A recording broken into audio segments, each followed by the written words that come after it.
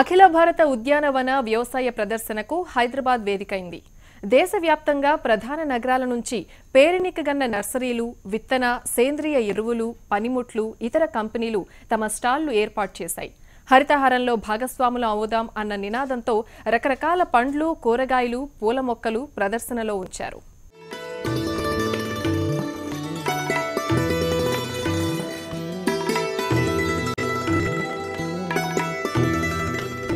Hyderabad Necklace Road People's Plaza వేదికగా 3వ అఖిల భారత ఉద్యానవన వ్యవసాయ ప్రదర్శన 2016 ప్రారంభమైంది. నగర సేద్యంపై అవగాహన కల్పించే లక్ష్యంతో ఈ ప్రదర్శన నిర్వహిస్తున్నారు.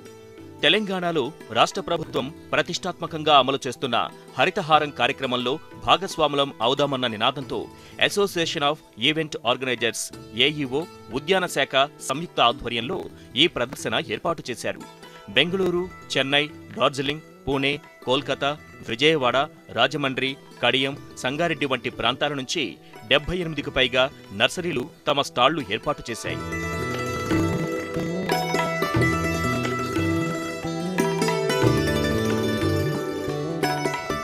హైదరాబాదు శివారు ప్రాంతాలకు చెందిన నర్సరీలు 20కి పైగా కొలువు తీరాయి.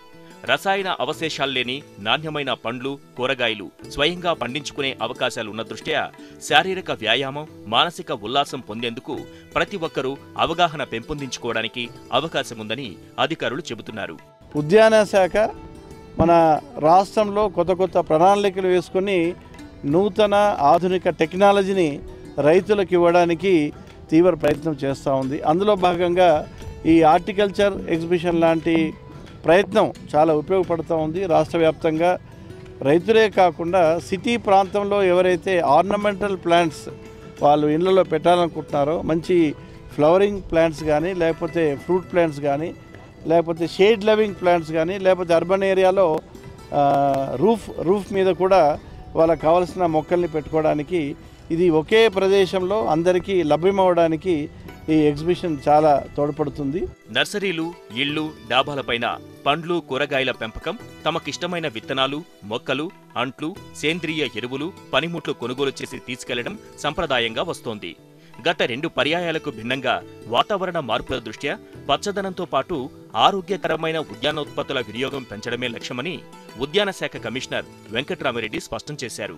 ఆ చెట్లు చేపట్టే ప్రాంతం రోజు రోజుకు తగ్గిపోతుంది కాబట్టి మనం హౌస్ హోల్డ్స్లలో టెర్రస్ గార్డెన్స్ కానీ, తర్వాత కిచెన్ గార్డెన్స్ కానీ, ఈ బాల్కనీ గార్డెన్స్ కానీ టెర్రస్ గార్డెన్ పైన చేసుకోవడానికి అవకాశం ఉంది. కాబట్టి చక్కటి ఆహ్లాదాన్ని ఇచ్చే పూల మొక్కలు, చక్కటి ఆక్సిజన్ ఇచ్చే క్రోటాన్స్ లాంటి మొక్కలు, తర్వాత పండ్ల మొక్కలు అన్నీ ఈ ప్రదర్శనలో, అంటే ఇంక్లూడింగ్ పాటింగ్ మిక్చరు, తర్వాత ల్యాండ్స్కేప్ డిజైన్స్, తర్వాత దానికి కావాల్సిన పండ్ల మొక్కలు, పూల మొక్కలు, ఆహ్లాదకరమైన మొక్కలు, మెడిసినల్ ప్లాంట్స్ అన్నీ ఒక వేదికగా 5 రోజులు ఇక్కడ ఎగ్జిబిషన్లో దొరుకుతున్నాయి.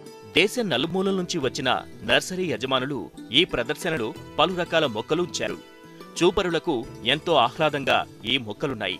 ఎండ, వేడిమి తట్టుకోవడమే కాక తక్కువ నీళ్లతో ఇళ్లు, అపార్ట్మెంట్లలో సైతం పెంచుకునే విధంగా ఈ మొక్కలు రూపొందించబడ్డాయి. దాదాపు మన ఇండియాలో దొరికే ప్రతి ఫ్రూట్ ప్లాంట్ ఇక్కడ డిస్ప్లేలో పెట్టినాము.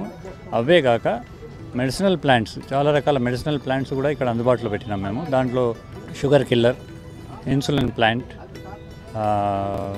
షుగర్ సప్లిమెంట్ ప్లాంట్, ఇట్లాంటివన్నీ ఇక్కడ అందుబాటులో పెట్టినాము. Mango, star fruit, water Apple, fig, pomegranate ఇట్లాంటి ప్లాంట్స్ అన్నీ ప్రూనింగ్ టెక్నాలజీతో కుండీలలో పెంచుకునేటట్టు నగరవాసుల కోసం అవి కూడా ఇక్కడ అందుబాటులో ఉంచినాం. ఎందుకంటే ఫ్లోరికల్చర్ ఐటమ్ ఉండేది. ఫ్లోరికల్చర్ 165 జాతుల పూలు, 36 జాతుల వెజిటేబుల్ సీడ్స్ అంతా ఉంది. ఇవన్నీ బుకేకి వాడేట్లా ఫ్లవర్స్. మాది ఓన్లీ అడీనియమ్స్ స్టాల్ అండి. ఓన్లీ అడీనియమ్సే ఉంటాయి. ఇవి అడీనియమ్స్లో ఓపేజం అంటాం. ఇవి సహజంగా ఇవి బోన్సాయ్ ఆకారంలో ఉంటాయి. కొన్ని 100 సంవత్సరాలు ఇవి కుండీలో బతుకుతాయి. అంటే మన కుండీలోనే మనం నెక్స్ట్ జనరేషన్స్కి గిఫ్ట్కి వెళ్ళిన ఒకే ఒక మొక్క ఇది. ఇంకోటి ఏంటంటే దీనికి తక్కువ మినిమం మెయింటెనెన్స్ సరిపోతుంది. ఈ ఉద్యాన ప్రదర్శనకు ప్రజల నుంచి మంచి స్పందన వస్తోంది. మొదటి రోజునే నగర ప్రజలు పెద్ద ఎత్తున వచ్చి మొక్కలు కొనుగోలు చేశారు. కొత్త వైవిధ్యమైన మొక్కలు ఈ ప్రదర్శనలో ఉన్నట్లు సందర్శకులు చెబుతున్నారు. గ్రీనరీ పెంచాలి, ప్రతి ఒక్కళ్ళు మొక్కలు పెంచి చక్కగా అభివృద్ధి చేయాలి. గ్రీన్ అంతా ఎక్కడ చూసినా. ఎగ్జిబిషన్ బాగుంది, చాలా బాగుంది. Obviously, I'm a garden lover, plant lover. and I heard of this exhibition, so I said, "What చూసిపోదామని." Good collection. మరో 3 రోజుల పాటు ఈ ప్రదర్శన కొనసాగుతుంది.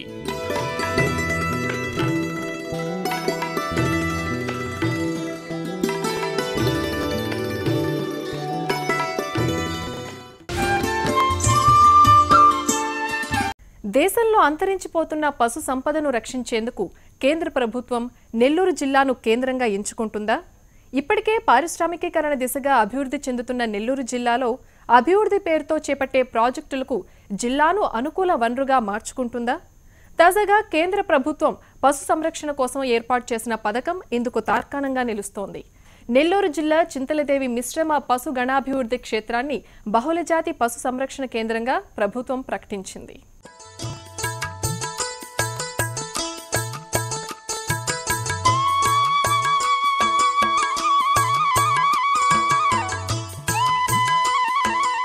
ప్రశ్నార్థకమవుతుందనుకున్న నెల్లూరు జిల్లా కొండాపురం మండలం చింతలదేవి పశు సంరక్షణ కేంద్రానికి మహార్దశ పట్టింది.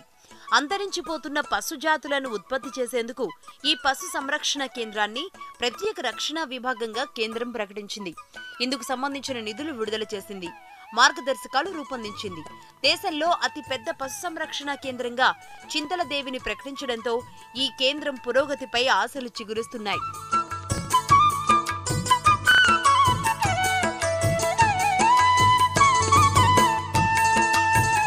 ఒంగోలు, ముర్రా, పొంగనూరు ఇవి మన జాతి పశువులు. ఇవి అంతరించిపోయే ప్రమాదంలో పడ్డాయి. అంతరించిపోతున్న ఈ జాతులను తిరిగి ఉత్పత్తి చేసేందుకు కేంద్ర ప్రభుత్వం సంకల్పించింది.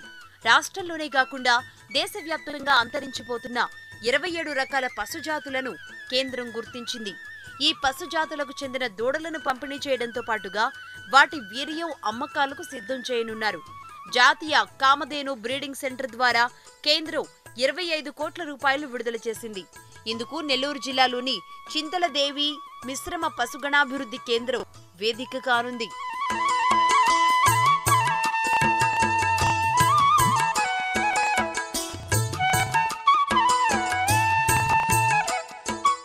దేశంలో అనేక జాతి పశువులు అంతరించిపోతున్నాయి.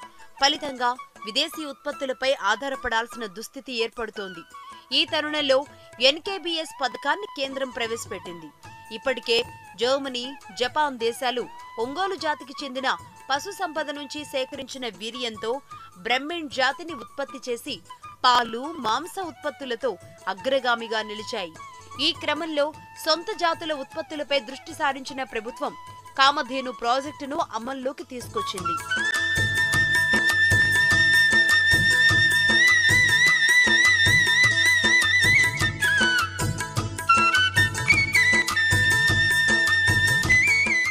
మేలుజాతి పశువుల ఉత్పత్తి పెంచేందుకు ప్రణాళికలు సిద్ధమవుతున్నాయి. మన రాష్ట్రానికి చెందిన ఒంగోలు, ముర్రా, పుంగనూరు, గుజరాత్కు చెందిన గిర్, రాజస్థాన్కు చెందిన సాహివాల్, తార్పార్కర్, రెడ్ సింధీ వంటి మేలుజాతి పశువులతో పాటుగా దేశవ్యాప్తంగా పేరుగాంచిన మరో 27 జాతులకు చెందిన పశువుల్ని ఈ క్షేత్రానికి తరలించనున్నారు. ఇప్పటికే గుజరాత్, రాజస్థాన్, ఒంగోలు, ముర్రా, రెడ్ సింధీ జాతుల ఆవులను చింతలదేవి క్షేత్రానికి చేర్చిన జిల్లా పశుసంవర్ధక శాఖ అధికారులు మరిన్ని జాతులను గుర్తించేందుకు దేశవ్యాప్తంగా పర్యటిస్తున్నారు. 50 రకాల జాతులు, ఒక్కొక్క జాతికి 20 పశువులు, 18 పడ్డలు, 2 మగంతో 20 పశువులతో ఈ యొక్క పశువుల కొనుగోలు జరుగుతుంది. నగరికల్లో కొన్ని యానిమల్స్ అక్కడ ఉన్నాయి. ఈ షెడ్స్ అవి పూర్తయిన తర్వాత ఆగస్టు 15 కల్లా దీన్ని పూర్తి చేయాలనుకున్నారు. కానీ షెడ్స్ కన్స్ట్రక్షన్ ఇంకా 1 మంత్ లేట్ అవ్వడం వల్ల ఇది సుమారు సెప్టెంబర్, అక్టోబర్లో ప్రారంభించబడుతుంది. ఇక్కడ దేశవాళీ జాతులను అభివృద్ధి చేయడం, ఎంబ్రియో టెక్నాలజీ ల్యాబ్ అంటే ఓ పశువుల్లో ఇప్పుడు వరకు పునరుత్పత్తికి కృత్రిమ గర్భోత్పత్తి ద్వారానే జరుగుతున్నాయి. ఇప్పుడు రాబోయే రోజుల్లో పిండ మార్పిడి కూడా చేయడానికి తగు చర్య తీసుకొని ఇక్కడే ల్యాబొరేటరీ సిద్ధం చేస్తున్నారు. సో ఏ విధంగానైనా సరే మరుగున పడిపోతున్న దేశవాళీ జాతులు, మన జాతులైతే ఒంగోలు, పొంగనూరు, మన పొరుగు రాష్ట్రాల్లో ఉన్నటువంటి గిర్రు, ఇవన్నీ కూడా సుమారు దేశవ్యాప్తంగా ఉన్నటువంటి 50 జాతులను మనం ఇక్కడ పునరుద్ధరించుకుంటూ దానిపై కొన్ని ప్రయోగాలు చేసి రైతులకు ఉపయోగపడే విధంగా పాల ఉత్పత్తికి అభివృద్ధి జరిగే దిశగా రీసెర్చ్ చేయడానికి ఈ ల్యాబ్ ఉపయోగపడుతుంది. మేలుజాతి పశువుల నుంచి సేకరించిన వీర్యాన్ని సరఫరా చేసేందుకు ఎస్కేబీఎస్ ద్వారా ప్రణాళికలు సిద్ధం చేస్తున్నట్లుగా సమాచారం. దేశవ్యాప్తంగా గుర్తించిన భారత సంతతికి చెందిన పశువులను కామధేను ప్రాజెక్టు వద్దకు చేర్చడంతో పాటుగా వాటి సంతతిని ఉత్పత్తి చేసి పశువుల పెంపకందారులకు అందజేయనున్నారు. జాతి పశువుల నుంచి తీసిన వీర్యాన్ని కూడా విక్రయించేందుకు అధికారులు సమాయత్తమవుతున్నారు. దీని ద్వారా పశుజాతిని గ్రామీణ ప్రాంతాల్లోనూ ఉత్పత్తి చేసేందుకు వీలవుతుందని యోచిస్తున్న జిల్లా పశుసంవర్ధక శాఖ ఈ ప్రక్రియను త్వరలోనే అమలు చేయబోతోంది.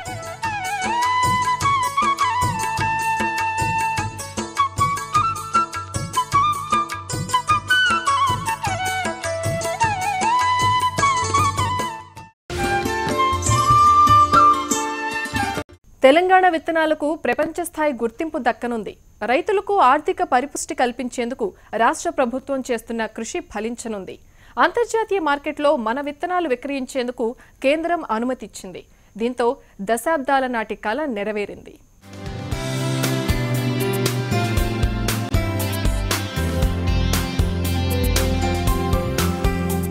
తెలంగాణ విత్తనాలను విదేశాలకు ఎగుమతి చేసేందుకు కేంద్రం అనుమతినిచ్చింది. తెలంగాణ రాష్ట్ర విత్తన ధృవీకరణ సంస్థను ఆర్థిక సహకార అభివృద్ధి సంస్థ సీడ్ స్కీమ్ అమలు డిజిగ్నేటెడ్ అథారిటీగా గుర్తిస్తూ కేంద్రం ఉత్తర్వులు జారీ చేసింది. ప్రపంచవ్యాప్తంగా ఏ దేశానికైనా మన విత్తనాలు ఎగుమతి చేసేందుకు వెసులుబాటు కల్పించింది. తెలంగాణ రాష్ట్ర విత్తన ధృవీకరణ సంస్థకు తెలంగాణతో పాటు ఆంధ్రప్రదేశ్, ఒడిశా, ఛత్తీస్గఢ్ రాష్ట్రాల్లోనూ OECD ధృవీకరణ పనుల సమన్వయ బాధ్యత అప్పగించింది. ఫలితంగా రాష్ట్రాన్ని ప్రపంచ విత్తన భాండాగారంగా తీర్చిదిద్దాలన్న తెలంగాణ ప్రభుత్వ కల సాకారం దిశగా తొలి అడుగు పడింది. కేంద్రం నుంచి లభించిన ఈ ధృవీకరణ తెలంగాణను జాతీయ, ప్రపంచ స్థాయి విత్తన భాండాగారంగా మార్చేందుకు ఉపకరిస్తుందని సీడ్ సర్టిఫికేషన్ ఏజెన్సీ ఉన్నతాధికారులు అభిప్రాయపడుతున్నారు.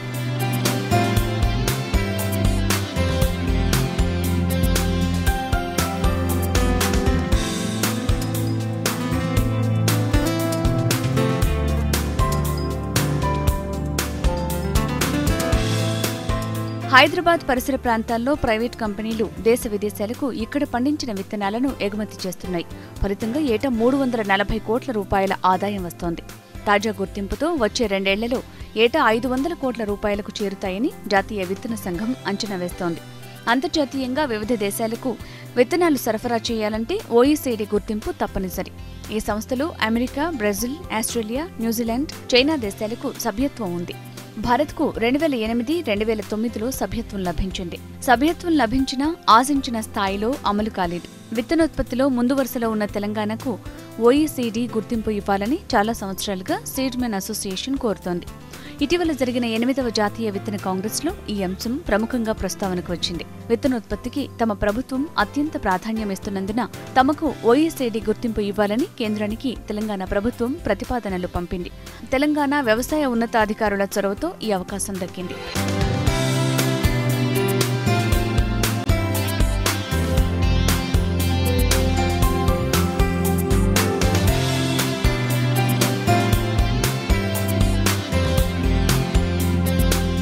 ఇప్పటివరకు TSSEA ద్వారా విత్తన నాణ్యత పరీక్షలు నిర్వహిస్తున్నారు.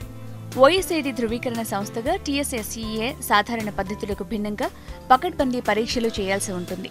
తమకు తాము ట్రూత్ఫుల్ స్వీయ పద్ధతిలో విత్తనాలు ధృవీకరించుకుంటున్న ప్రైవేట్ సంస్థలు ఇక నుంచి TSSEA ధృవీకరణతోనే విత్తనాలు ఎగుమతి చేయాల్సి ఉంటుంది.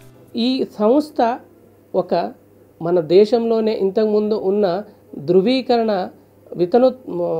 దేశీయ మన రాష్ట్రానికి కావలసిన ధృవీకరణ విత్తనాన్నే కాకుండా మనము ఎగుమతి చేసుకోవటానికి ధృవీకరణను కూడా మాకు గవర్నమెంట్ ఆఫ్ ఇండియా మాకు ఇవ్వటం జరిగింది.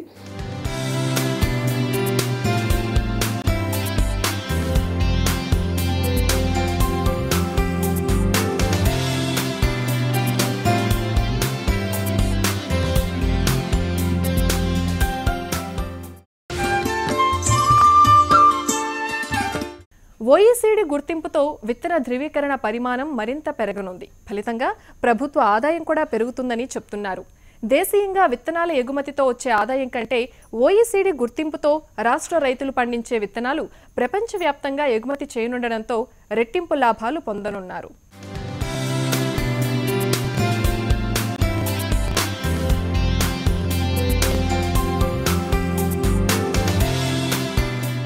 ఏ ఉత్పత్తికైనా స్థానిక మార్కెట్ కంటే అంతర్జాతీయ మార్కెట్లో ఎక్కువ ధర పలికే అవకాశం ఉంది. ఉదాహరణకి టమాటా ఉత్పత్తి చేస్తున్న రైతుకు కిలో విత్తనాలకు 4 నుంచి 5,000 రూపాయల ధర దక్కనుంది. విదేశాలకు ఎగుమతి చేయటం వల్ల 9 నుంచి 12,000 రూపాయలు దక్కే అవకాశం ఉంది. ప్రతి విత్తన ఉత్పత్తిలో రైతుకు రెట్టింపు లాభాలు రానున్నాయి. ఎర్రజొన్నలు, సజ్జలు, రాగులు వంటి చిరుధాన్యాలు రాష్ట్రం నుంచి విదేశాలకు ఎగుమతి చేస్తున్న విత్తనాల్లో ఎక్కువగా ఉన్నాయి. తెలంగాణ నేలలు, వాతావరణం విత్తనోత్పత్తికి అనుకూలం. ప్రపంచవ్యాప్తంగా ఎక్కడా లేని విధంగా తెలంగాణలో భిన్నమైన వాతావరణ పరిస్థితులు ఉన్నాయి. ఏడాది పొడవునా చలి, వేడి పరిస్థితులు విత్తనోత్పత్తితో పాటు నిల్వలకు అత్యంత అనుకూలం.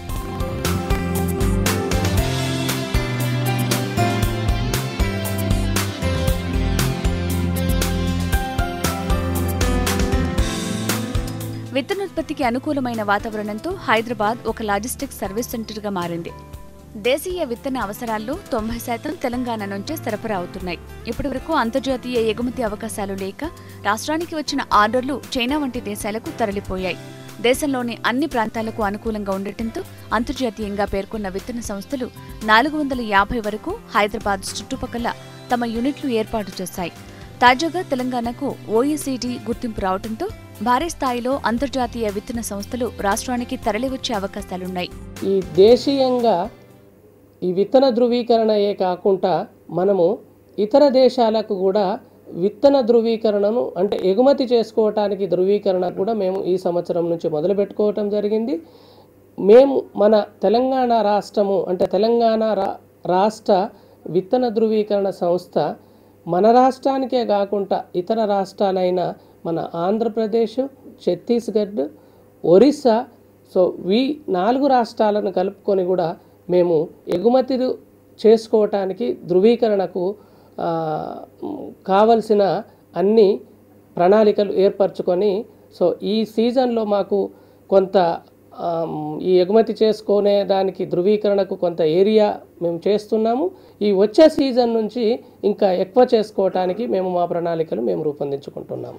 OECD గుర్తింపు లభించిన తర్వాత ఎగుమతుల కోసం విత్తనాలను అంతర్జాతీయ విత్తన పరీక్షల సంఘం ISTA ల్యాబ్లోనే పరీక్షలు నిర్వహించాల్సి ఉంటుంది. ఈ సంస్థలో తమ విత్తనాల నాణ్యత ధృవీకరించినందుకు ప్రైవేట్ సంస్థలు TSSCAకి ఫీజు చెల్లించాల్సి ఉంటుంది. రాజేంద్రనగర్లోని TSSCA ల్యాబ్ను ISTA నిబంధనలకు అనుగుణంగా ఆధునీకరించేందుకు అయ్యే ఖర్చులో కొంత భరించడానికి ప్రైవేట్ కంపెనీలు ముందుకొచ్చాయి. ఇందుకు సంబంధించి తెలంగాణ ప్రభుత్వానికి లిఖితపూర్వకంగా తెలియజేశాయి. కేంద్రం నుంచి కూడా ల్యాబ్ ఆధునీకరణకు నిధులు రానున్నాయి. మరోవైపు రాష్ట్ర ప్రభుత్వం కూడా కొన్ని నిధులు కేటాయిస్తోంది.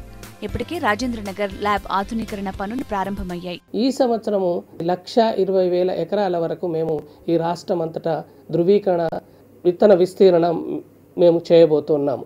సో ఇందుకు ఈ మన ఇంతకుముందు ఉన్న ఈ ప్రభుత్వ ప్రైవేట్ రంగ సంస్థలే కాకుండా ఈ వచ్చే సీజన్లో కూడా ఇంకా ఈ ప్రైవేట్ రంగ సంస్థలు కూడా ఈ ధృవీకరణకు రాబోతున్నాయి. ఎందుకు దీంట్లో ముఖ్య ఉద్దేశం ఏంటంటే మనమంతా ఈ ధృవీకరణ సంస్థను ఎప్పుడూ ఎక్కడ లేని విధంగా ఈ ఆన్లైన్ ధృవీకరణ ద్వారా అంటే ఒక అకౌంటబిలిటీ ఒక బాధ్యతతోటి మేము నాణ్యమైన విత్తనానికి ఉత్పత్తి చేయడానికి మేము మా సిబ్బంది కానీ మా సంస్థ కానీ బాగా కృషి చేస్తూ ఉంది. ప్రైవేట్ విత్తన కంపెనీల ద్వారా స్థానికులకు లక్షల మందికి ఉపాధి దొరుకుతుంది. ప్రస్తుతం 1,20,000 మంది కార్మికులు, 20,000 మంది రెగ్యులర్ ఉద్యోగులు పనిచేస్తున్నారు. OECD గుర్తింపు, తరలి రానున్న కంపెనీలతో ఉపాధి అవకాశాలు మరింతగా మెరుగుపడే అవకాశాలున్నాయి.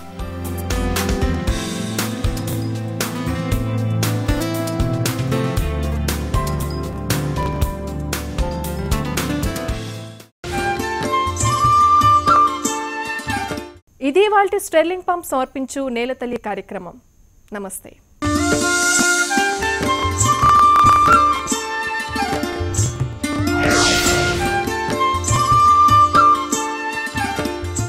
ఈ కార్యక్రమాన్ని మీకు సమర్పించిన వారు sterling submersible pump set. Sterling pump ఉందిగా అన్నదాతకు అండగా.